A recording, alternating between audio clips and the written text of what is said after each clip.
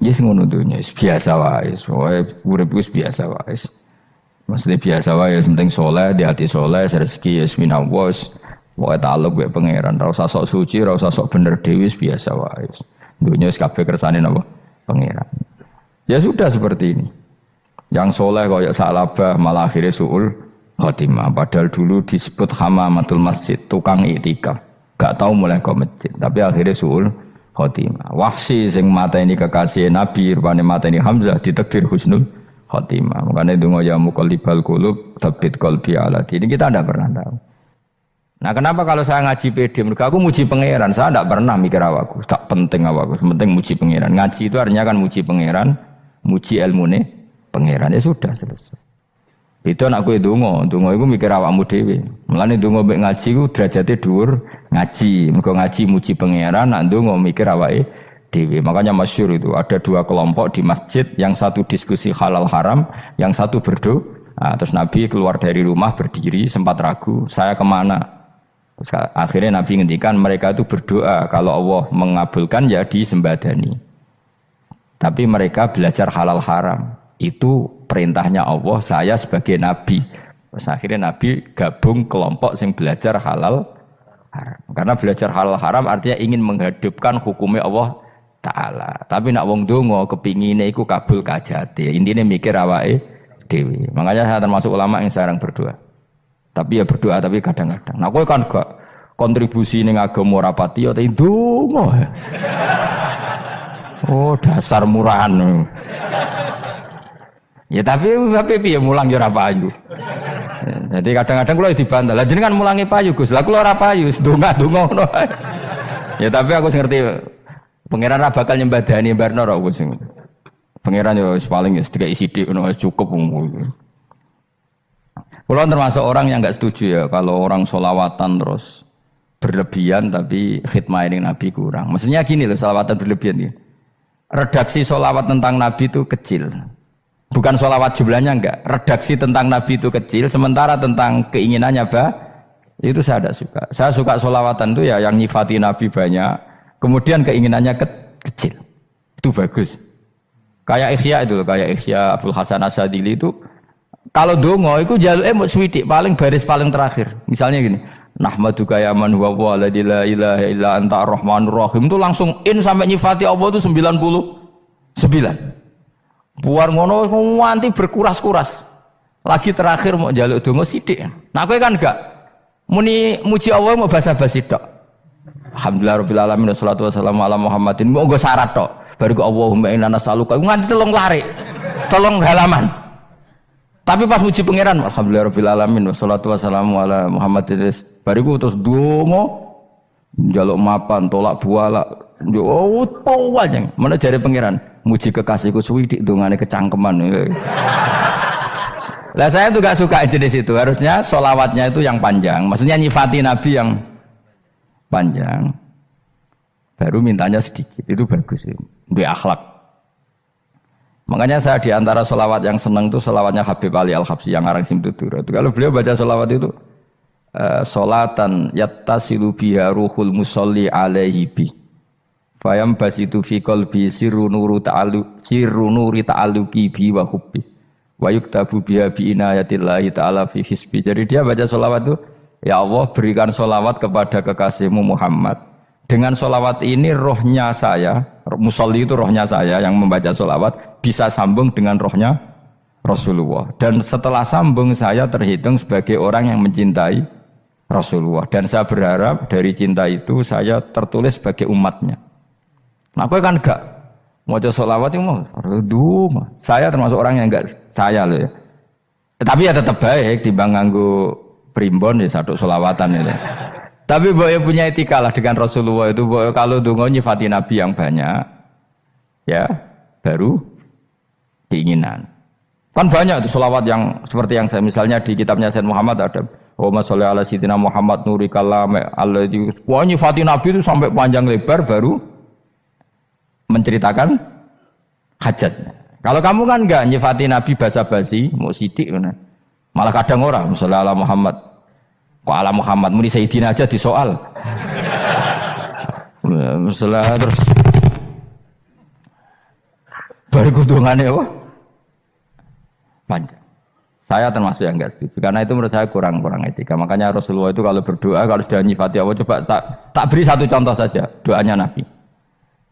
Alhamdulillah ya hamda yuwafi ni'amahu wa yukafi'u mazida ya rabbana lakal hamdu kama yanbaghi li jalali wajhika 'azimi sultanik la nuhsi sana'an 'alaika anta kama asnaita 'ala nafsik. Itu sudah berapa itu nyifatin itu belum doanya tuh. Nah kamu kan enggak Alhamdulillah rabbil alamin Allahumma ya Allah di hajati gremeng itu seramutu tenan jen gak bakat wali. Nah cara kula iku sisin.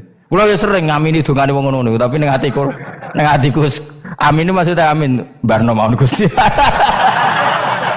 Dadi aku amin tapi amin ku barno mawon Gusti. Wong ora jelas ngono berarti. Jadi aku muni amin tapi amin barno maksudnya ya Allah barno amin ngono maksudnya. Jadi karena tadi setahu saya doanya para nabi, para wali itu memang seperti itu. Ya coba itulah doa tadi aja yang saya sebut itu berapa kalimatnya? Apa? Alhamdulillah hamda yuwafi ni'amahu wa yukafi mazida ya rabbana lakal hamdu kaya membaik di jalali wajhika azimi sultani la nuhsi sana'an 'alaika anta kama asnaita 'ala. Enggak terhitung pujian saya kepada engkau sebanyak engkau memuji pada diri engkau sendiri. Allahumma inni a'udzu biridhoka min sakhatika fi mu'afatika min uqubatika wa bika minkal. Allahumma sholli bi haqqi jabarutika wa bi khawfika. Kan panjang sekali doanya wali-wali itu, tapi semuanya mensifati Allah. Bahkan banyak yang kemudian lupa enggak doa. Coba haji, doa haji itu coba. Labbaik Allahumma labbaik la syarika lak innal hamda wa ni'mata laka wal mulka la syarika lak. Wa ni'matu itu kan labbaik saya siap melaksanakan perintahmu ya Allah sa'dik. Engkau yang punya pujian, engkau la syarika lak kalau itu malah enggak ada, jarang malah ada doanya. Itu kalimatnya talbiyah semua. Allahumma antal azil akram itu sudah seperti itu. Karena tadi al mu'min yashghaluhu sana 'ala Allah min ayyakuna li nafsihi dzakiran. Mukmin sejati adalah sibuk memuja Allah sampai lupa jatah dirinya sendiri. Nah, kowe kan gak mujine Allah basa-basi, dongane tenanan. Itu jadi makhluk aneh, itu jadi hubungan mbek pangeran itu wong aneh. Ya tapi jan ra bakat wali, ngono iku dadine ngono iku. Ya tok ngono kok mari wali kakean malah gak elit. Jadi tapi saya mohon itu di sholawat itu usahakan jumlah paling enggak jumlah sholawatnya banyak, doanya sedikit. Paling enggak misalnya kamu tidak punya kalimat yang apa baik ya mau sholawat ping 100 itu gak ada salah biar gue iling-ilingan apa kita menyebut kekasihnya Allah lebih banyak ketimbang kita menyebut hajat kita sendiri ya gitulah. Paling enggak punya etika seperti itu ya. Kalau kamu enggak punya segot-segot sing keren, bacalah sholawat berapa 100 terus cerita awam Gusti utang kula kathah. Mungkin ra jawab wis roh ngono.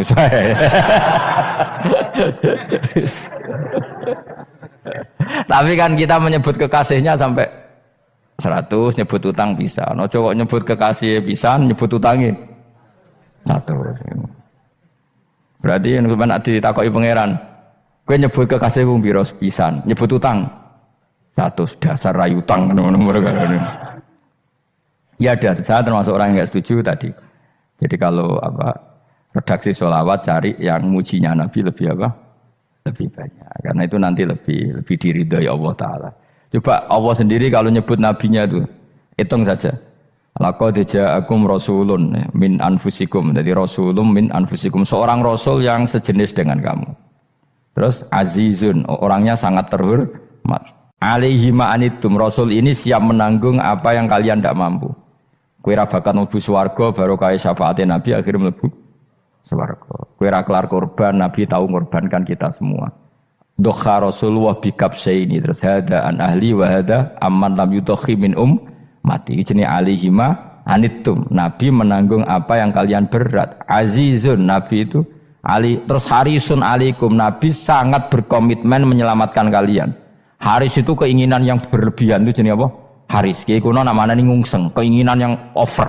Nabi itu sangat berkeinginan kita ini maslahat.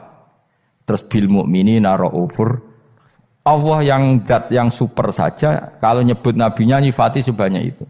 Ada ayat lagi misalnya, Rabbana wab'ats fihim rasulam minhum yatlu alaihim ayatika. Muhammad itu siapa? Seorang rasul yang membacakan ayat-ayat Allah.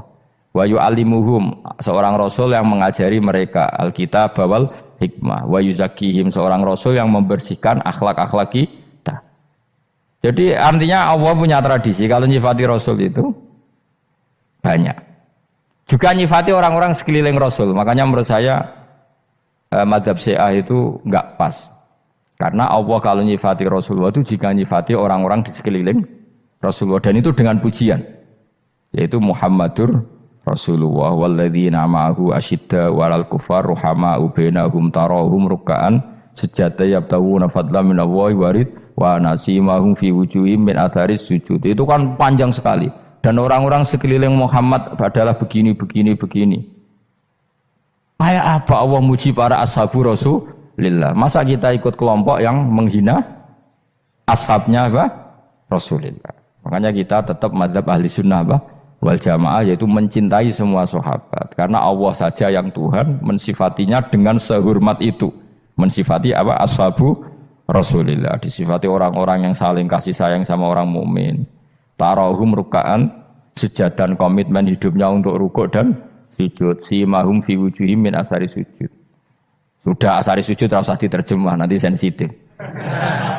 Cuma setahu saya asar sujud itu nanti setelah di akhirat orang sering sujud itu jabahnya itu ada nurnya.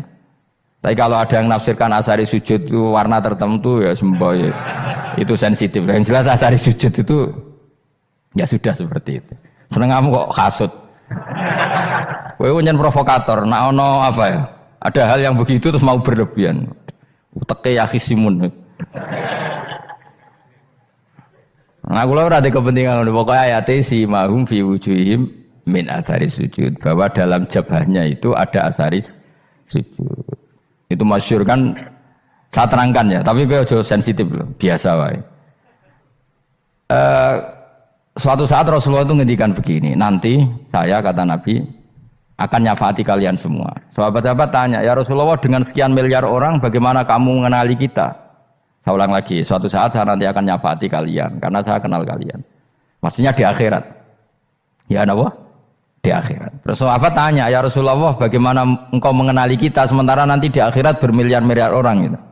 Terus Nabi ngendikan gini, jika kamu punya unta dengan tanda tertentu, saya ulang lagi, jika kamu punya unta punya tanda tertentu, dalam jidatnya ada begini, dalam tangannya ada gini, dalam kakinya ada gini, maka apa kamu bisa membedakan untamu dengan unta orang lain? Ya bisa ya Rasulullah, karena unta kita khas. Misalnya kaki depannya ada putihnya, kaki belakangnya ada putihnya, dalam baduknya ada putihnya. Kata Nabi, inna ummati yut'auna yaumal qiyamati hurran muhajjalin min asaril wudu. Nanti umatku nanti wajahnya juga bersinar, tangan kakinya juga bersinar.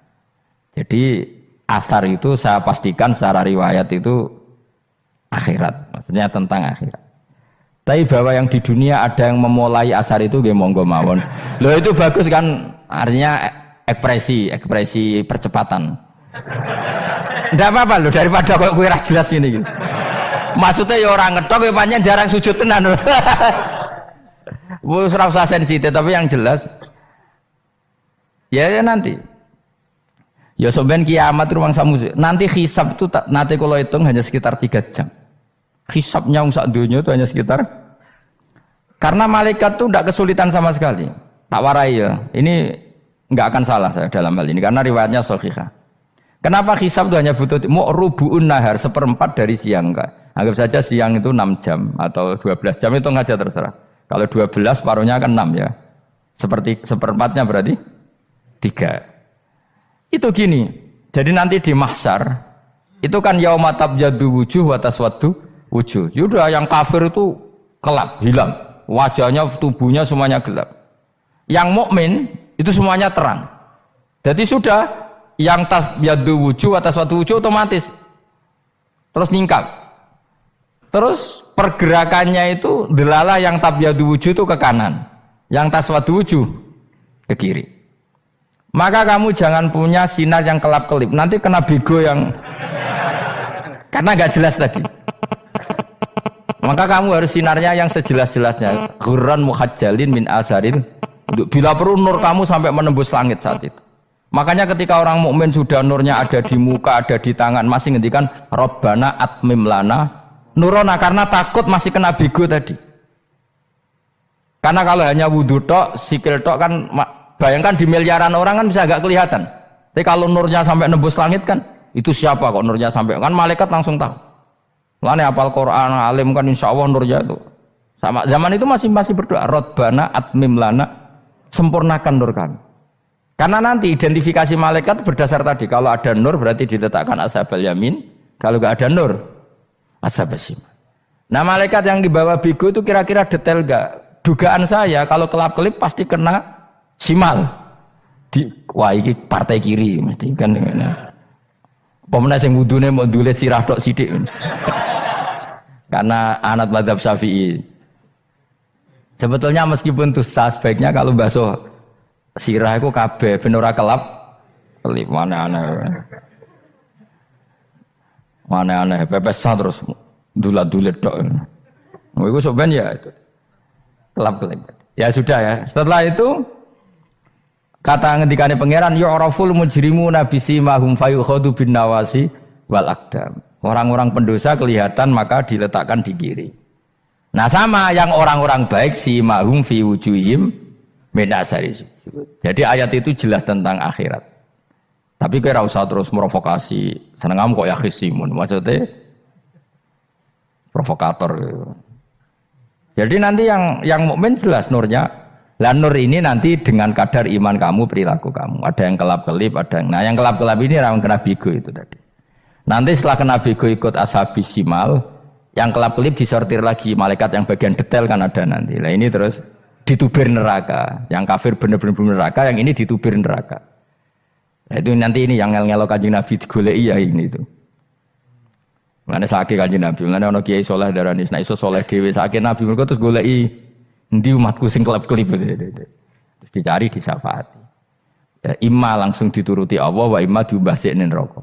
Ya terserah rencanamu piye kon aku kowe. Tapi yang jelas apa?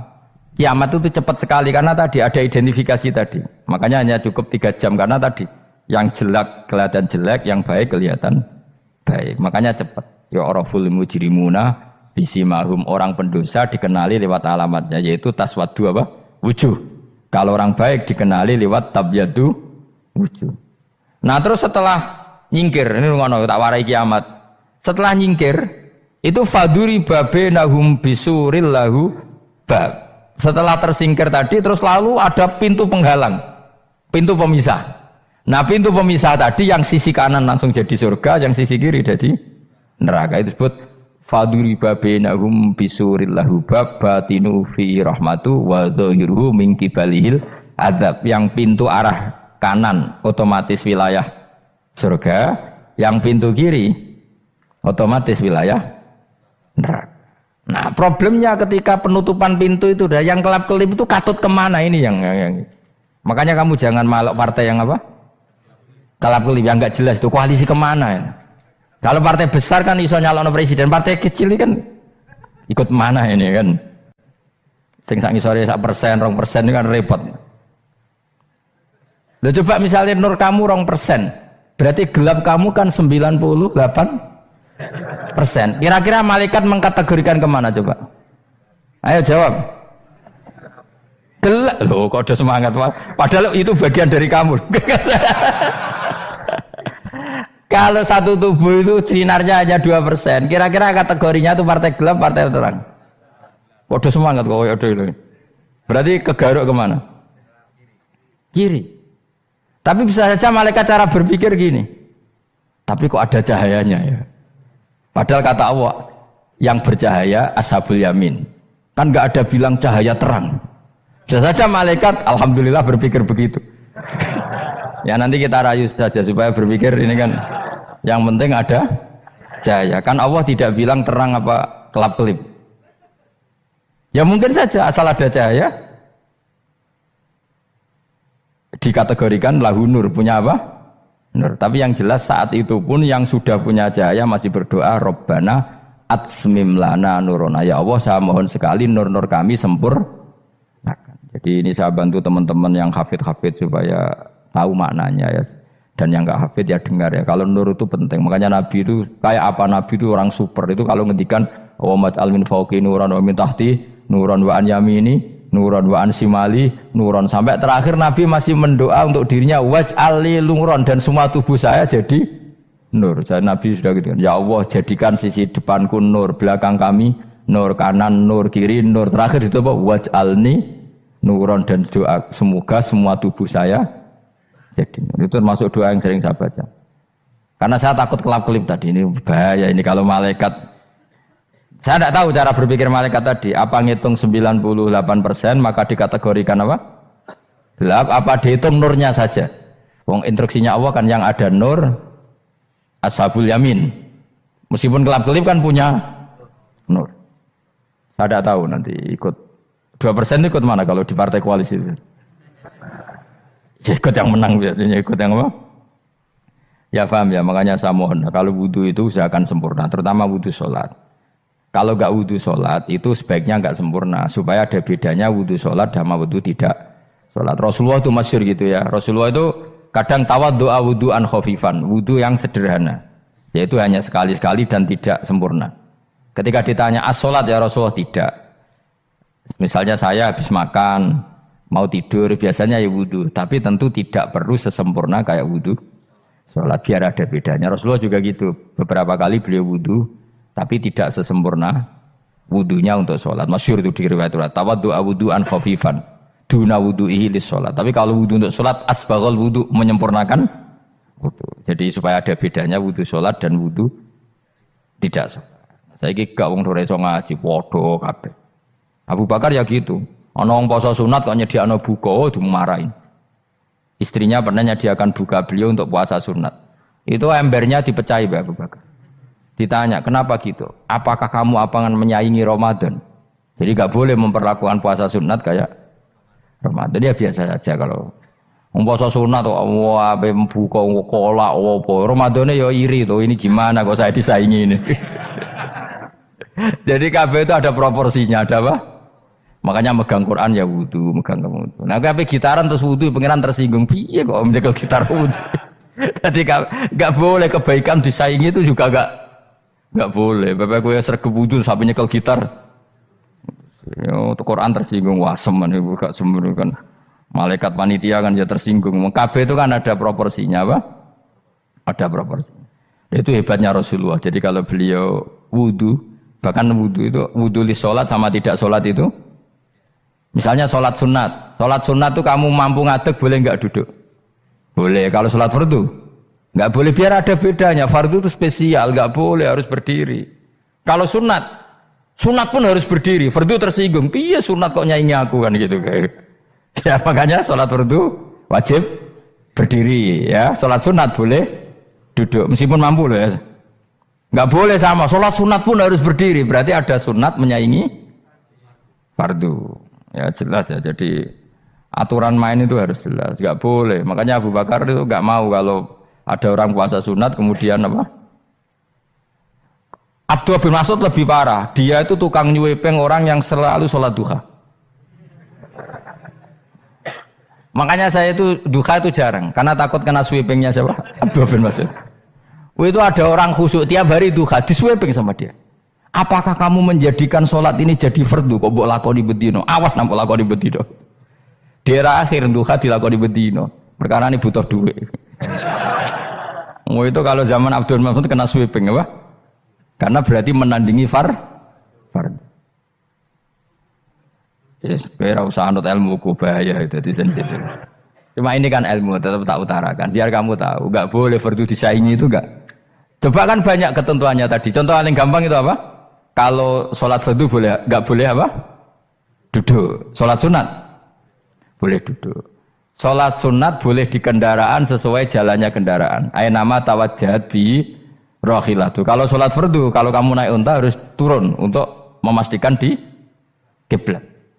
Jadi banyak sholat sunat kamu dalam keadaan najis sudah tidak boleh dilakukan. Kalau sholat fardu, karena saking pentingnya fardu, meskipun dalam keadaan najis tidak menemukan alat sesuci harus tetap sholat. Jenenge sholat dihormatil waktu, karena nggak boleh fardu ditinggalkan. Meskipun nanti harus iadah. Karena nggak boleh mengalahkan fardu meskipun itu oleh najis.